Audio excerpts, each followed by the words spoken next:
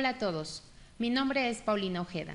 El tema de nuestra charla de hoy es estilos de aprendizaje, la cual corresponde a nuestra última sesión de nuestro programa de actualización docente. Recuerden que al finalizar voy a solicitar un producto para poder evidenciar su participación. Sin más preámbulo, vamos a comenzar. Bienvenidos. ¿Cómo aprendemos? Esta es nuestra primera pregunta de reflexión. Recuerden un incidente en su vida que haya sido significativo en sus experiencias de aprendizaje y el efecto que causó en ustedes. Yo voy a poner un ejemplo cotidiano que es el de aprender a manejar. Por ejemplo, yo intenté aprender a manejar en 3 ocasiones. La primera ocasión me dieron las llaves, me dijeron súbete al coche, enciéndelo y ellos mismos me iban diciendo qué palanca, cómo debía girar y en ese momento tenía que aprender. ¿Qué sucedió en la segunda ocasión que me subí al coche? Que ya no quise tomarlo porque me dio miedo. Sí pude salir a una avenida principal, poder girar y poder estacionar, pero la segunda ocasión se me olvidó y ya no quise hacerlo. ¿Qué pasó la segunda ocasión con una persona diferente que quiso enseñarme? Bueno, esa segunda persona de igual manera fue, súbete, toma las llaves, enciende el coche y vámonos. En esa ocasión era una urgencia y necesitaba yo tener que estar frente al coche y poder salir de una situación problemática, lo cual también me causó una cierta insatisfacción porque no pude hacerlo. Estaba tan nerviosa que no pude encender ni siquiera el coche. Y en la tercera ocasión tuve que contratar los servicios de una persona para que me enseñara. Al inicio, lo primero fue ponerme frente al volante, describirme todas las partes que tiene el tablero, enseñarme cómo manejar velocidades y algunas reglas para poder estar en vías. ¿Qué es lo que pasó en las 3 situaciones? Las 2 primeras, en mi caso, no fueron importantes ni significativas. Y la tercera ocasión sí lo fue. Es decir, que no es que las 2 primeras personas no hayan sabido cómo enseñarme, sino que no eran los modos de cómo podía yo aprender a hacer esto. Ustedes recuerden alguna otra situación, por ejemplo, aprender a cocinar, aprender a coser, aprender a tejer, aprender algún contenido de algún tema en específico. Cualquiera de ellos ha tenido una situación distinta y ha causado en ustedes una situación diferente. En mi caso, las 2 primeras fue una situación de enojo y de frustración y en la tercera ocasión ya fue de satisfacción, es decir, encontré la forma en cómo debía aprender. Muy bien.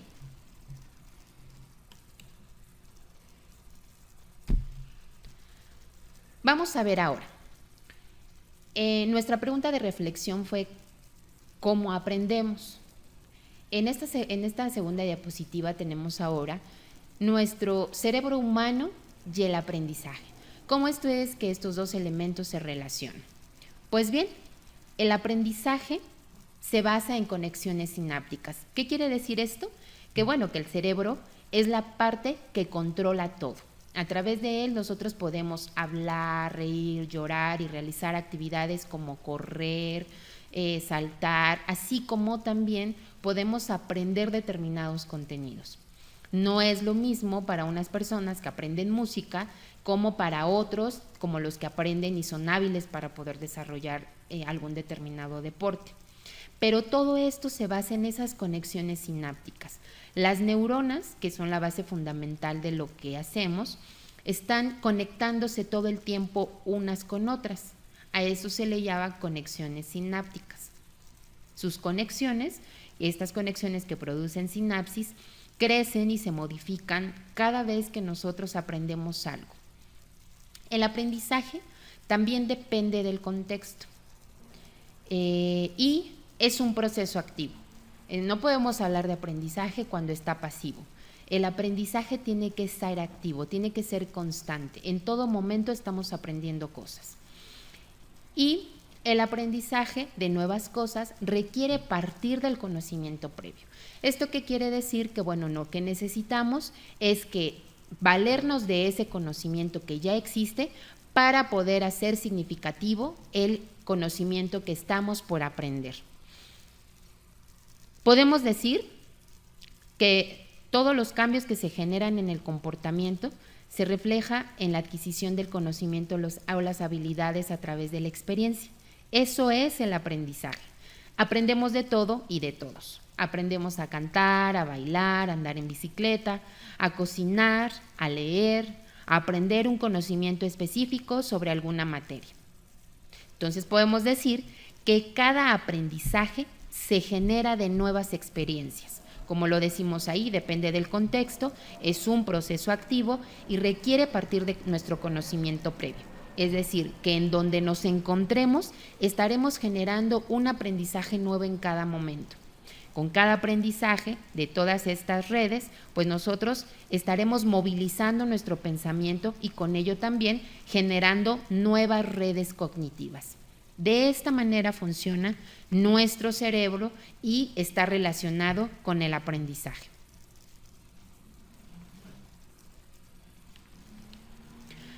Para poder hablar un poco más formal de cómo aprendemos, me he basado en las teorías cognitivas. Nosotros tenemos ahí en pantalla un esquema del cual vamos a hablar solamente de 4 importantes, que es Piaget, Vygotsky, Ausubel y Brunner. Estas teorías cognitivas comienzan en los 70 y se desarrollan centrando su atención en los procesos cognitivos y en la memoria. Nosotros ya hablamos anteriormente de cómo aprendemos con ayuda de nuestro cerebro al realizar todas esas redes neuronales. Cuando todos estos estudiosos deciden enfocarse al estudio de cómo nosotros procesamos toda esa información, bueno, pues se centran en ese proceso cognitivo y en la memoria. ¿Qué es lo que hacen entonces? Bueno, pues describir el proceso de aprendizaje de ideas y de conceptos. Para ellos, nuestro conocimiento se basa en eso, al tener primero una idea y después poder cómo la procesamos y cómo la transformamos en un aprendizaje significativo. Tenemos en nuestro primer esquema a Piaget, del cual nos habla de una asimilación y acomodación de nuestro conocimiento. ¿Qué es lo que hace Piaget? Él clasifica en estadios del desarrollo cognitivo desde la infancia hasta la adolescencia. Él dice que hay una asimilación de esa información y una acomodación con lo que nosotros ya tenemos y el nuevo conocimiento para generar algo más significativo. Después tenemos por allá a Vygotsky, que muchos conocemos y que ahorita en muchas de las escuelas es muy sonado por aquello del aprendizaje constructivista. Y bueno, pues él se basa justo en el aprendizaje sociocultural. Él nos dice sobre un desarrollo cognitivo mediante la interacción social. Para él es importante partir del conocimiento y de las relaciones sociales y poder generar un aprendizaje. Después tenemos a Ausubel con el aprendizaje significativo. Que él pues nos explica el proceso de este tipo de aprendizaje es cuando tenemos un aprendizaje, un conocimiento previo y después podemos trasladar ese conocimiento a algún otro contexto. Y finalmente tenemos a Brunner. Brunner nos habla de ese aprendizaje por descubrimiento.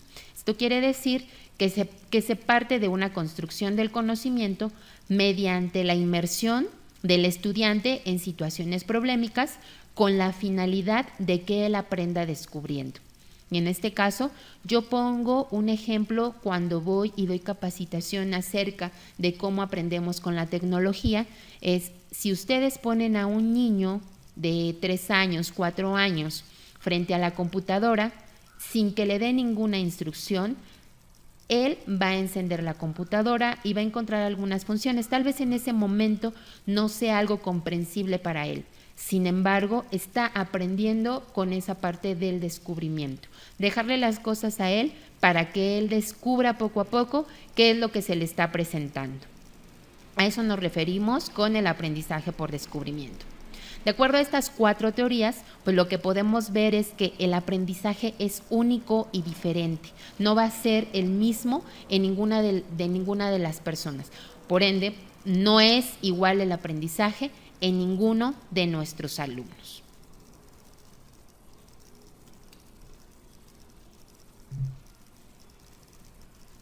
Ahora que ya podemos unir cómo se da, qué es ese aprendizaje, cómo aprendemos, vamos a hablar ahora de ese proceso de enseñanza-aprendizaje. Pantalla tenemos esa triada que representa al docente, conocimiento y alumno. Si vemos, las flechas son bidireccionales, si alcanzan a verlas por ahí. ¿Qué quiere decir esto? Bueno, esto es un único proceso. No es que estemos hablando de 2 procesos. Primero del proceso de enseñanza y después del proceso de aprendizaje. Es un único proceso y su finalidad es la formación del alumno. Vamos a ver ahí que tenemos un sujeto que conoce, el que puede enseñar, que en este caso sería el profesor. Tenemos uno que desconoce, que puede aprender, que es el alumno, y digo aquí que puede aprender y no que quiere aprender. Vamos a marcar ahorita la diferencia. Es un alumno que puede aprender. Y tenemos también lo que se quiere enseñar, que en este caso son los contenidos. Decía que puede aprender porque para que pueda existir este proceso de enseñanza-aprendizaje debe de haber disposición de esos dos sujetos importantes, del docente y el alumno. El querer enseñar y el que el alumno sepa que puede aprender y además que quiere aprender un determinado contenido.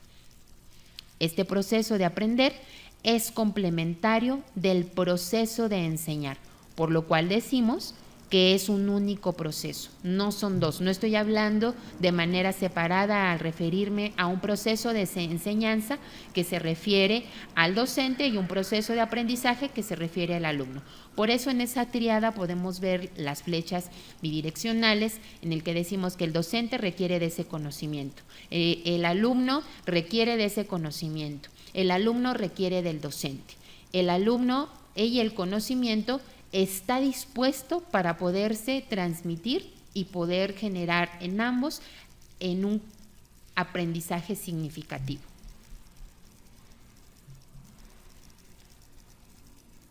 Ya en nuestra primera diapositiva teníamos nuestra primera pregunta de reflexión. ¿Cómo aprendemos? Ahora vamos a ver cómo enseñamos.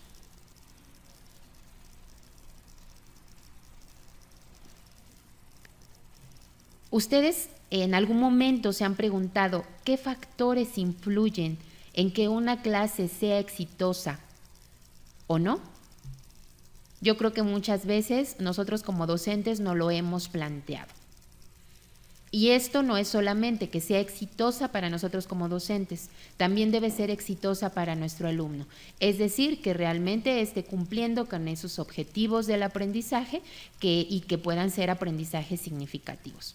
¿Cómo enseñamos? Bueno, pues en algunos casos nos valdremos de la teoría. Yo creo que muchos de nosotros en nuestra formación está en esa parte pedagógica, saber nuestra parte didáctica. Mi formación es como psicóloga educativa, también toda esa parte, tenemos todo ese bagaje, la parte de la teoría, pero también cuando lo trasladamos a la práctica nos damos cuenta que no es lo mismo. Sin embargo, bueno, pues nos valemos de esta teoría para poderlo llegar a la práctica y después hacer esas adaptaciones que sean necesarias. Y además, para enseñar, pues nos valemos del uso de herramientas didácticas. ¿Qué son estas herramientas didácticas? Bueno, pues constituyen un conjunto de actividades, materiales y recursos tecnológicos que el maestro utiliza para facilitar el aprendizaje en sus alumnos. Se trata de actividades que marcan la dirección hacia el logro de los propósitos del aprendizaje. Ustedes ahorita traten de recordar cuáles son todas esas herramientas didácticas básicas que utilizan para poder enseñar. Entre ellas, bueno, pues tendremos el pizarrón, tendremos nuestros libros, nuestras libretas de anotaciones. En algunos casos contarán ya con proyector y en algunos otros casos, bueno, tendrán un aula en la que se disponga de otras herramientas tecnológicas. Sin embargo, si hablamos de herramientas didácticas básicas, ya mencionamos cuáles pueden ser. Ajá.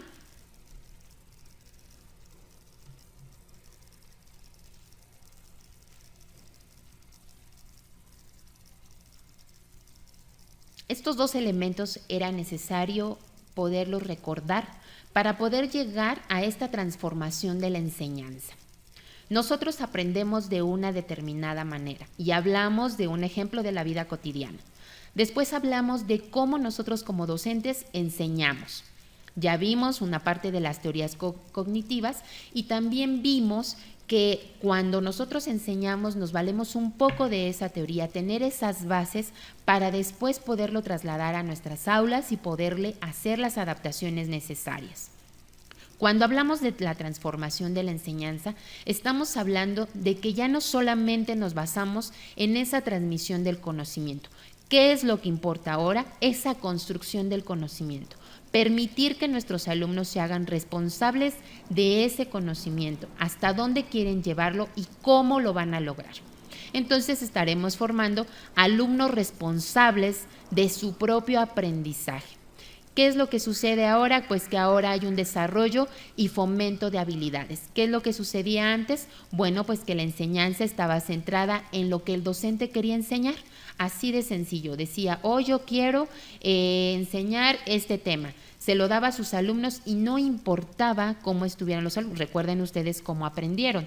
Ya en alguna otra de nuestras charlas vimos esa parte de la memorización con las tablas de multiplicar. ¿Sí? Era aprendernos las tablas de multiplicar porque estaba basado en el contenido, no en el estudiante. Ahora lo que hacemos y lo que procuramos es que haya un desarrollo y fomento de habilidades, de todas esas habilidades que vamos a ver posteriormente.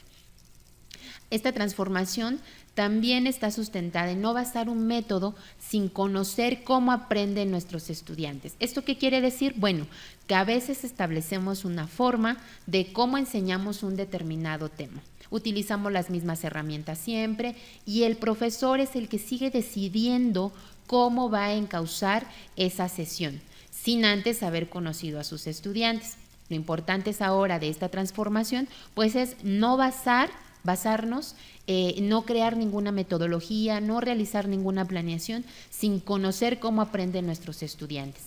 También considera cómo percibimos y cómo procesamos lo que percibimos. Y además, cuando se enseña, hay que estimular multisensorialmente. Eso lo vamos a ver más adelante.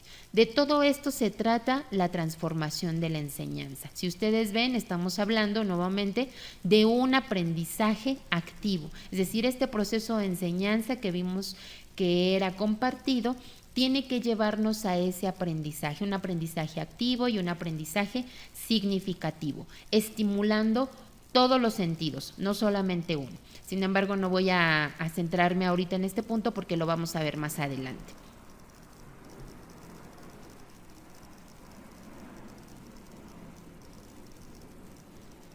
Vamos a observar la imagen que tenemos en pantalla.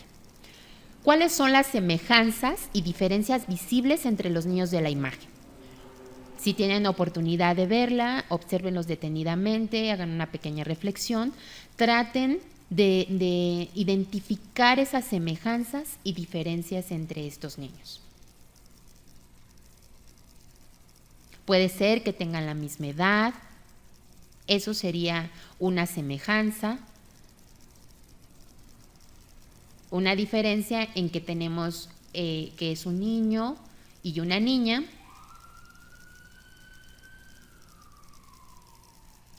¿Alguna diferencia que traten ustedes de identificar? ¿Qué diferencias podríamos ver?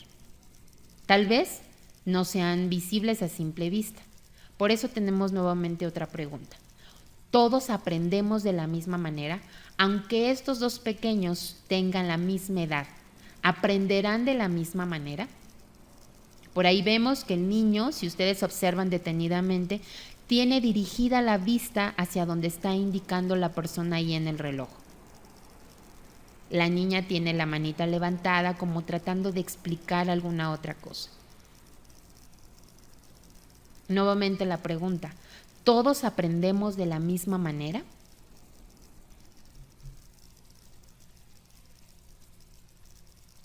Para poder responder a esta pregunta, vamos ahora ya a adentrarnos a nuestro tema principal, que es estilos de aprendizaje.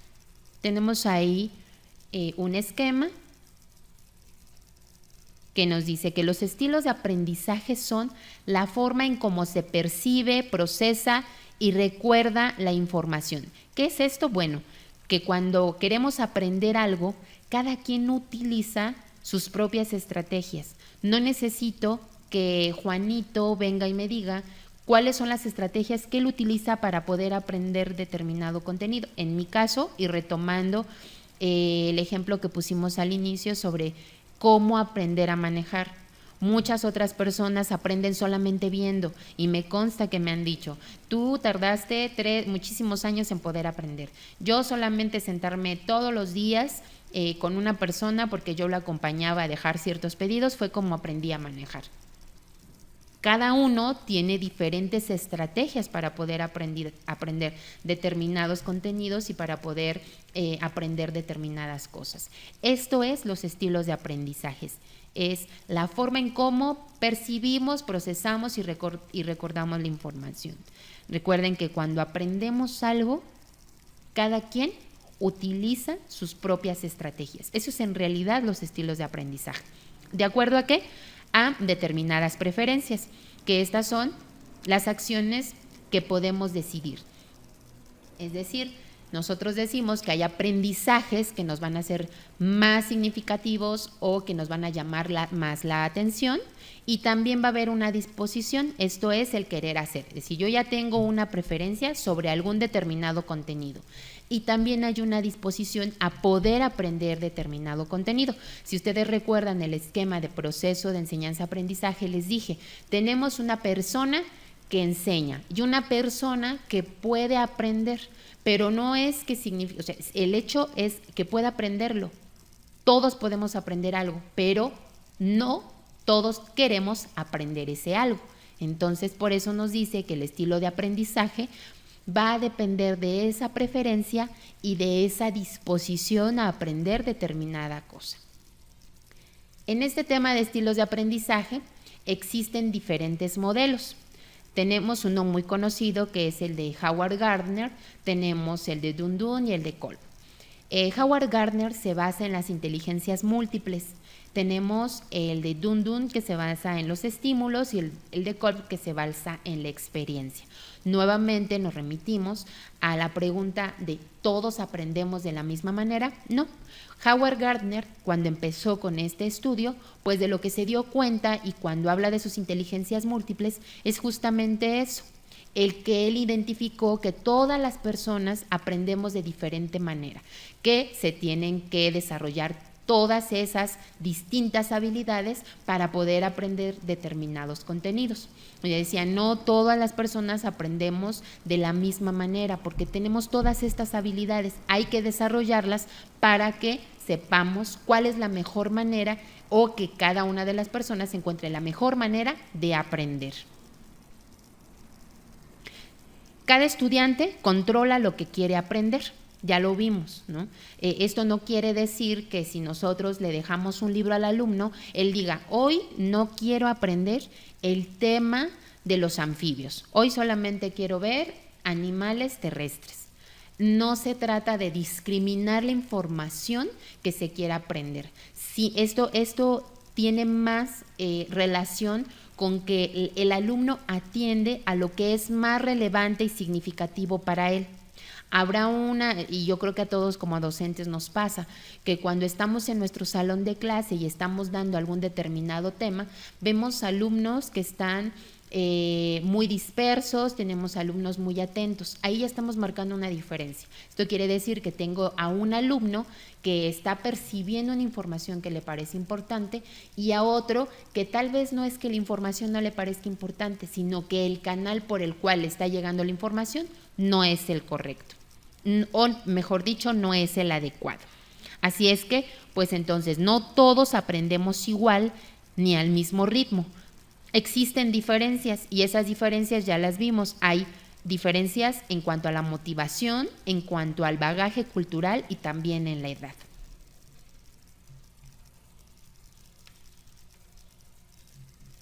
Vamos a hablar un poco acerca de las inteligencias múltiples. De estas, actualmente de unos materiales que estamos trabajando para preescolar, pues son muy utilizadas. Hablar de todas estas inteligencias y por qué es importante considerarlas. Considerarlas porque vamos a saber qué tipo de habilidad estamos desarrollando. Tenemos aquí en nuestra inteligencia lingüística. Es aquella que nos va a ayudar a ser hábiles con las palabras, con el material escrito, la comprensión de textos. Tenemos niños que tienden a desarrollar más esta inteligencia y pues que les encanta mucho escribir, leer, que ustedes si los ven, les gusta estar haciendo relatos, llevan un diario. Tenemos la espacial, que se relaciona, justo como lo dice, con el espacio y sus formas. Sus áreas de desarrollo son el dibujo, el arte, el diseño. Son en los juegos, por ejemplo, los niños vemos que les encanta armar figuras, el famoso tangram, rompecabezas. Estos niños son muy hábiles para desarrollar esas actividades. Tenemos la naturalista. Esta inteligencia nos permite comprender y ayudar mejor la naturaleza y el ambiente. Yo creo que la utilizamos mucho para aquellos temas transversales en los que tenemos que ver. Yo ahorita recuerdo mucho un tema de secundaria en el que se tiene que abordar la parte de la química y se relaciona mucho con la parte ambiental. Entonces estamos trabajando con la parte de biología y la parte de la química, el impacto que tiene todo este desarrollo de nuevas aplicaciones, de nuevos materiales trabajados e investigados por la química y el impacto que va a tener desde la parte social y ambiental y económica. Entonces, buscar cómo relacionar estas dos cuestiones y bueno, pues a estas personas les resulta muy atractivo la parte de observación, sin embargo, tiene que haber esta parte de relación con las otras áreas. Tenemos la parte musical que permite distinguir ritmos, tonos y melodías. Los niños pueden desarrollarla cantando, escuchando música y pues que también puedan producir algún sonido. Tenemos la cinético corporal. Esta inteligencia nos permite tener un mejor control del cuerpo y sus extremidades. ¿Cómo se puede desarrollar? Pues con la práctica de algún deporte. Tenemos la lógico-matemática. Con esta inteligencia podemos resolver problemas algorítmicos, así como también memorizar números o datos, comprender la lógica de algunas cosas y también encontrar patrones de presentación. ¿Cómo la vamos a estimular? Bueno, pues con actividades que tengan que ver con ese desarrollo de habilidades como el jugar ajedrez, resolver acertijos, problemas matemáticos y también con aquellas actividades que tengan que ver con la relación de causa y efecto. Vamos ahora a la inteligencia interpersonal, que es una de las más valoradas por la parte de Howard Gardner y pues es aquella que permite comprender el comportamiento de los demás, es ser empático y para poder relacionarnos con las demás personas. Y tenemos la parte de la inteligencia intrapersonal, se basa en el conocimiento de uno mismo para poderse relacionar con los demás. ¿Cómo le estimulamos? Bueno, pues con la reflexión de nuestros propios actos y también podríamos ya aterrizarlo a esa parte del aprender a aprender, es decir, conocer cómo nosotros estamos aprendiendo para identificar esos problemas y mejorar nuestra ruta de aprendizaje. Es hacer que el niño reconozca todo lo que él puede hacer y hasta dónde puede llegar, lo que es conocerse a sí mismo para poderse relacionar con los demás.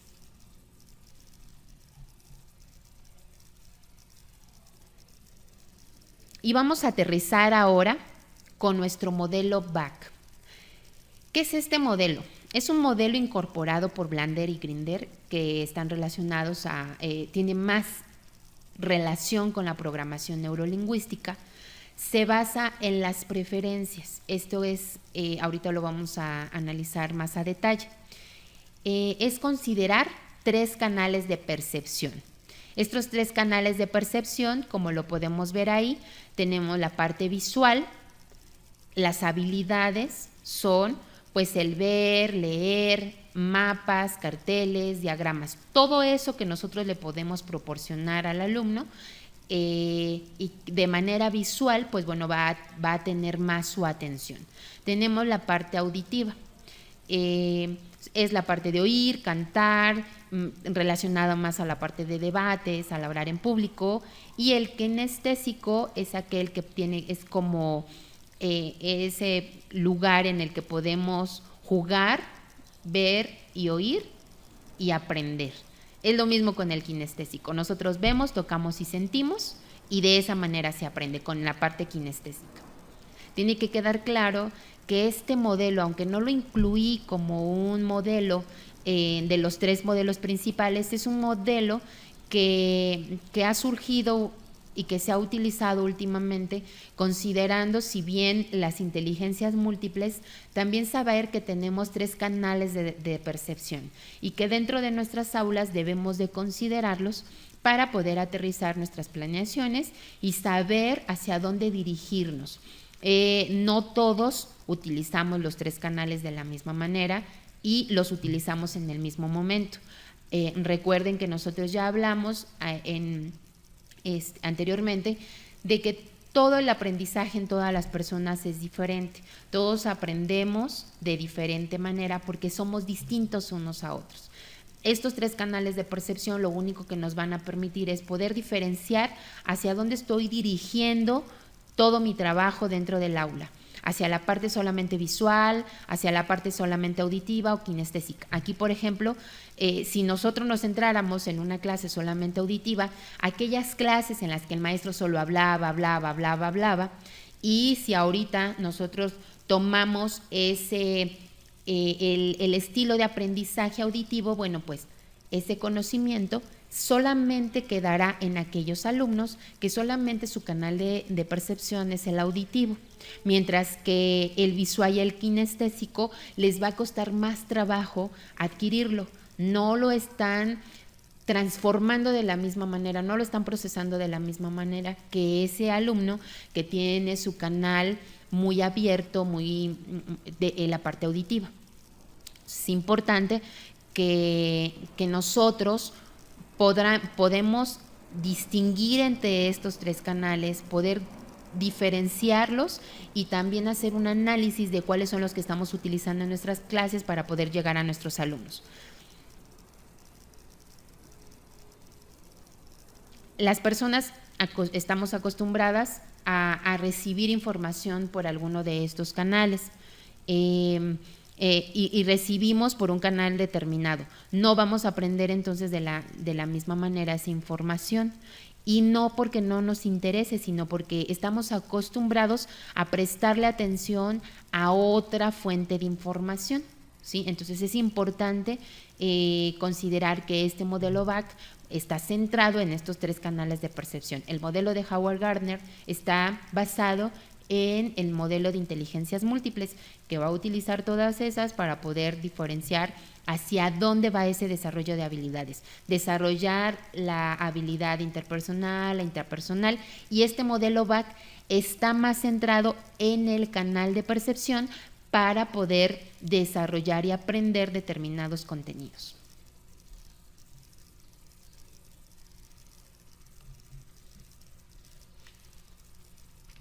Estamos viendo ahora el cono del aprendizaje de Edgar Dallé. ¿Qué es lo que nos dice este cono del aprendizaje? Es una pirámide que, si ustedes observan, va de lo menor a lo mayor, del porcentaje mayor, que es el 10%, al 90%. ¿Qué es lo que nos marca este cono? Nos dice cómo es la forma en que nosotros tenemos lo que nos llega de información, ya lo vimos con el modelo BAC, esos canales de percepción, cómo es que nos llega esa información y qué de esa información se está quedando en nosotros para poderla transformarla y hacerla significativa. Tenemos ahí que esto hay que considerar que es solamente estudios. Después de 2 semanas tendemos a recordar el 10% de lo que leemos. Nosotros vimos allá que de esos 3 canales de percepción, uno es el visual, uno es el auditivo y uno es el kinestésico. Cuando nosotros solamente vemos, que es la parte de lectura, si solamente estoy leyendo, voy a obtener el 10%. Tenemos un 20% de lo que oímos. Son todas las palabras oídas, todo lo que escuchamos a nuestro alrededor, solamente el 20% de lo que nosotros estamos dejando de ese aprendizaje. El 30% de lo que vemos.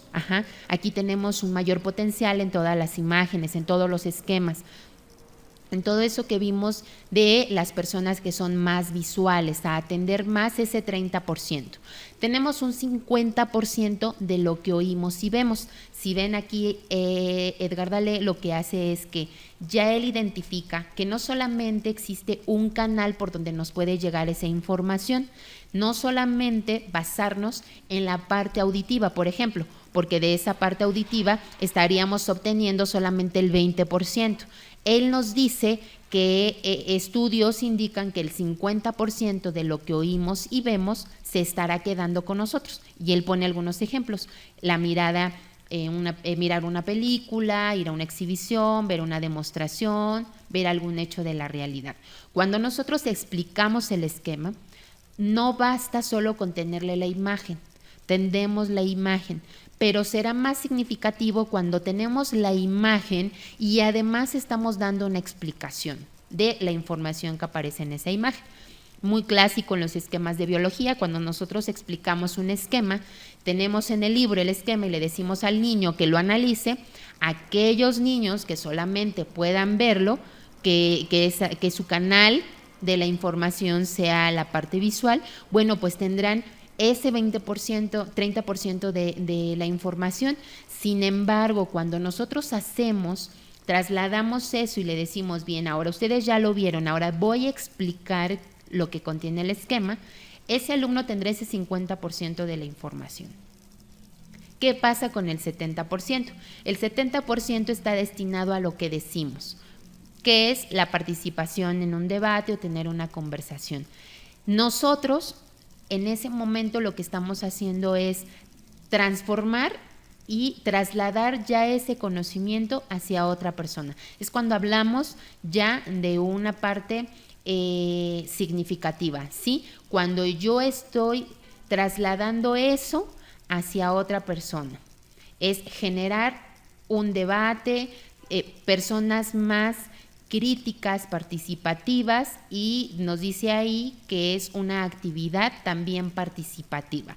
Ese 70% será entonces ya de una parte activa. Si ustedes ven, nuestros primeros 4 elementos estaban considerados en la parte pasiva. Estamos diciendo que ese aprendizaje se considera pasivo, solamente lo estamos haciendo para nosotros. Sin embargo, cuando lo trasladamos y hacemos que esa información vaya hacia otro lugar y haya una retroalimentación, estamos hablando de una parte activa. Y tenemos que el 90% en lo que decimos y hacemos. Ya en este último punto se unen 2 elementos, el decir y el hacer. En este caso es realizar una representación teatral, simular experiencias reales, hacer las cosas que se intenta aprender. Aquí ya lo voy a relacionar más también al aprendizaje significativo, cuando somos capaces de poder trasladar un conocimiento a otra situación. Y es una actividad pura. Nosotros tenemos el conocimiento y en ese momento yo lo traslado. Cuando yo hago eso, estamos hablando de un aprendizaje activo. Ya en ese momento estoy convirtiendo y transformando esa información. No la estoy dejando solo para mí, sino que la estoy dejando para mí y aparte la estoy haciendo significativa.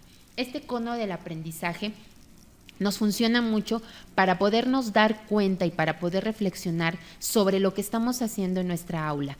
¿Cómo estamos considerando, me voy a regresar al modelo BAC, cómo estamos considerando esos canales de percepción y cómo los estoy uniendo con todo lo que nos dice Edgar Dallé en este cono del aprendizaje? ¿Cómo puedo lograr que esos aprendizajes sean significativos para mis alumnos? Es decir, voy a considerar todas esas inteligencias múltiples, el desarrollo de todas estas inteligencias múltiples, considerar estos diferentes canales de percepción para poder obtener el porcentaje mayor de aprendizaje en mis alumnos, que ellos se puedan quedar con lo más que se pueda. Es decir, no solamente lo que yo les digo en la clase, hablar y hablar y hablar y hablar. Si yo junto ese hablar con esa explicación y después les permito que entre ellos generen un debate de alguno de los temas, estaré generando o potencializando un aprendizaje. Ya no estoy dejando solamente que esté en esta parte activa, sino además estoy haciendo que sea en esta parte pasiva, lo estoy haciendo que sea una parte activa.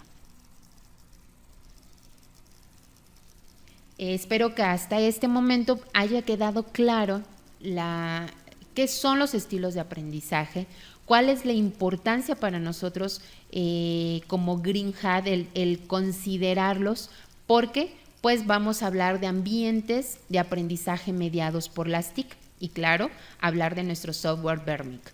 Nosotros ya hablamos de ese estilo de aprendizaje. Dijimos que esos estilos de aprendizaje que es cuando yo quiero aprender algo, estoy utilizando diferentes estrategias para aprenderlo. Ya vimos cómo aprendemos, cómo enseñamos y entonces cómo se genera ese ambiente de aprendizaje mediado con las TIC. Estaremos generando realmente aprendizajes significativos con solo incluir una tecnología dentro del aula. Aquellos que hayan estado en la charla del uso de las TIC en el aula podrán darme ahora una respuesta. Estamos diciendo que no significa un aprendizaje significativo solamente incluir la tecnología, si nosotros seguimos utilizando los mismos métodos. Estaremos hablando de aprendizajes significativos cuando nuestros alumnos sean capaces de poder trasladar esa información a alguna otra situación. ¿De quién va a depender eso? De los dos elementos de ese proceso de enseñanza-aprendizaje. Va a depender del docente, va a depender de la disposición del alumno al aprender. ¿Qué es lo que debo de hacer entonces? Bueno, pues entonces aprender a distinguir todos esos estilos de aprendizaje en mi aula para poder aterrizar mis planeaciones y que estén centradas en esa variedad y en esa diversidad de formas de aprender. ¿Qué es entonces al hablar de estos ambientes de aprendizajes mediados por TICs? Estos ambientes están centrados en el estudiante. Como ya lo mencioné, atienden a la diversidad cognitiva y además posibilita la comunicación con esa triada que vimos, docente-alumno, alumno-alumno, alumno-docente. Ya no nos quedamos solamente cuando el docente le habla al alumno, el docente le habla al alumno, el docente le habla al alumno. Ahora estamos permitiendo que haya una comunicación entre pares, alumno-alumno, y que también el alumno sea capaz de poderse referir al docente. Sí, estamos hablando ya de una transformación de la enseñanza. Ya antes estaba centrada, dijimos, en nuestros contenidos, cuando solamente el docente era el importante y él consideraba cómo debía enseñarse. Ahora sí, si bien es cierto, también nosotros debemos considerar cómo enseñar, pero ahora estamos centrándonos en el estudiante y no en el contenido, no en esa forma. Estamos considerando que nuestro alumno es una persona diferente a todas las que hay, y que todos los días además tenemos una complicación mayor, porque todos los días nuestros alumnos llegan diferentes a las aulas. Ya no basta con decir, el estilo de aprendizaje es distinto, el aprendizaje es diferente, sino también nuestros alumnos llegan diferentes a las aulas. Por eso es importante saber identificar estos estilos de aprendizaje y usar diferentes materiales didácticos. Ya lo vimos nosotros con el cono de Edgar Dallé, tenemos en esa pirámide cómo estamos haciendo llegar esa información a nuestros alumnos por todos los canales de los que nos habla el modelo visual, auditivo y kinestésico. Si nosotros identificamos todos esos canales que yo estoy utilizando para llegar con mis alumnos y además utilizo diferentes materiales didácticos para llegar, yo creo que eso sería una maravilla, ¿no? Estaríamos teniendo un aula siempre dinámica, siempre activa con nuestros alumnos que ya no solamente se están esperando a que les llegue la información, sino que además están transformando esa información que la estoy haciendo llegar y la está convirtiendo en algo significativo. Sé que todo esto no es sencillo llegar a grupos de 30 alumnos y podernos dar cuenta de eso. Ahorita al final en la actividad, en el producto de evidencia, voy a solicitar que ustedes trabajen y que poco a poco aprendamos a diferenciar estos estilos de aprendizaje para poder hacer planeaciones que estén más centradas en nuestros estudiantes, cada vez más centradas en nuestros estudiantes y poder atender a esa diversificación en todas nuestras escuelas. Cada vez que me presento con algunos profesores, cuando hablo del tema de planeaciones, me dicen, sí, Paulina, tú me hablas de una planeación centrada en el estudiante, de atender a los estilos de aprendizaje, de atender a los canales de percepción, pero tengo 30 alumnos en un grupo y después tengo que dar otra materia con otros 30 alumnos, son 60 alumnos en un día. Yo lo sé, entiendo que todas esas habilidades que hemos desarrollado los nuevos docentes con estos grupos que son mayores, pero también tenemos un reto y una tarea muy importante, que es hacer que esa información llegue lo mejor posible a ellos. No vamos a formar alumnos reproductores de la información. Vamos a formar alumnos que sean capaces de transformar esa información y que además sea significativa, poderla trasladar a las diferentes situaciones, poder desarrollar todas esas inteligencias múltiples que están dormidas, porque todos tenemos las habilidades, habrá quienes puedan desarrollar más una que otra, pero ese es un reto y es un reto que yo creo que podemos ponernos todos los días como docentes para propiciar ambientes favorables de aprendizaje y claro, que sean mediados por las TIC. Vamos a hablar un poco de las ventajas, aunque ya lo he retomado en charlas anteriores, de las ventajas del aprendizaje mediado por TICs. Tenemos algunas, por ejemplo, la interactividad que nos permite con algunos simuladores, con algunos videos, la flexibilidad en el acceso y manejo de la información. Ya hemos hablado de esta nueva sociedad de la información en donde nos llega, tenemos un bombardeo de contenidos por todos lados. Tenemos ese acceso, hay que utilizarla para poder mejorar y poder adecuar nuestras sesiones de clase. Hay variedad y riqueza de los contenidos. Provoca también la parte motivacional. Hay que motivar a nuestros estudiantes a que puedan aprender determinados contenidos. Posibilidad de una enseñanza más estructurada y opción de retroalimentación inmediata. Además, fomentan un estilo de aprendizaje más libre y autónomo. Ya lo había mencionado anteriormente, sabemos que los alumnos van a decidir qué contenidos van a aprender y que quede claro que al mencionar esto no me refiero a que el alumno discrimina porque no le gusta la materia de matemáticas y dice yo no quiero aprender fracciones, él no aprende las fracciones. Tal vez no hemos llegado por el canal adecuado a ese alumno, no hemos llegado y no estamos desarrollando esa habilidad lógico-matemática de la que nos habla Howard Gardner.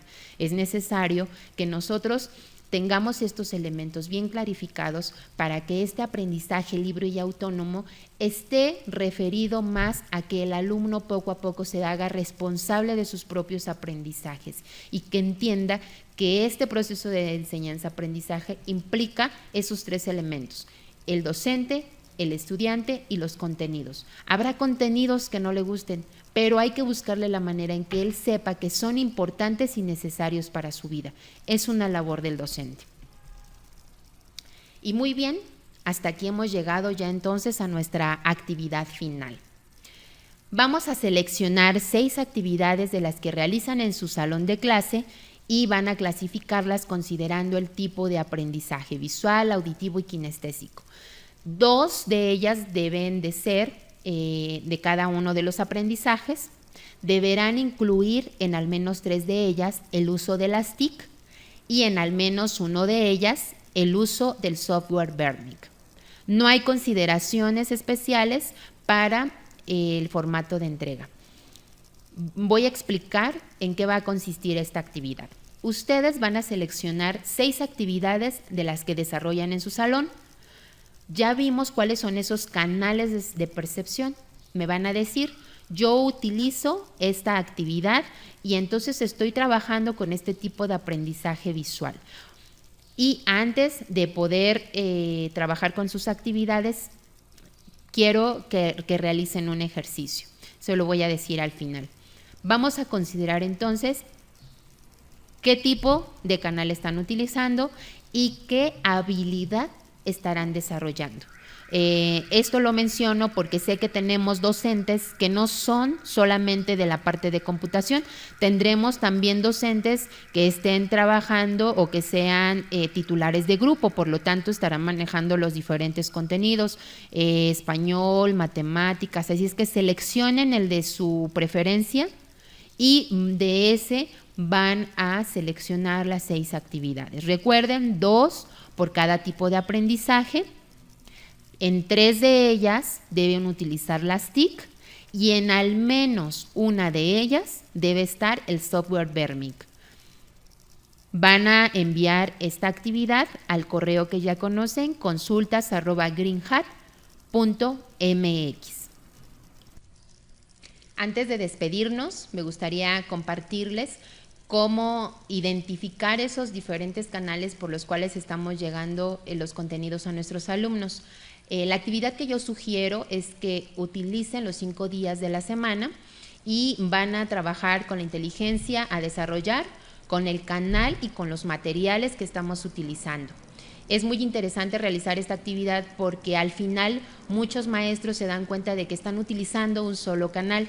Y si hablamos de diferentes estilos de aprendizaje, si hablamos de diferentes canales por los cuales los alumnos les llega la información, bueno, pues entonces es necesario diversificar todos estos elementos que utilizamos a diario en nuestro salón de clase para poder hacer que esa información llegue a ellos de la mejor manera y que obviamente pues la hagan propia y la hagan significativa. Van a ver que les va a resultar muy interesante y espero yo que sea enriquecedor para ustedes. Pues ha llegado el momento de despedirnos. Recuerden, mi nombre es Paulina Ojeda. Espero verlos el siguiente ciclo escolar y pues no me queda más que agradecer a todos aquellos que nos sintonizaron todas las sesiones. Y a los que esta es su primer sesión, pues los invito a que sigan revisando los cursos anteriores. Les deseo un excelente cierre de fin de cursos. Hasta pronto.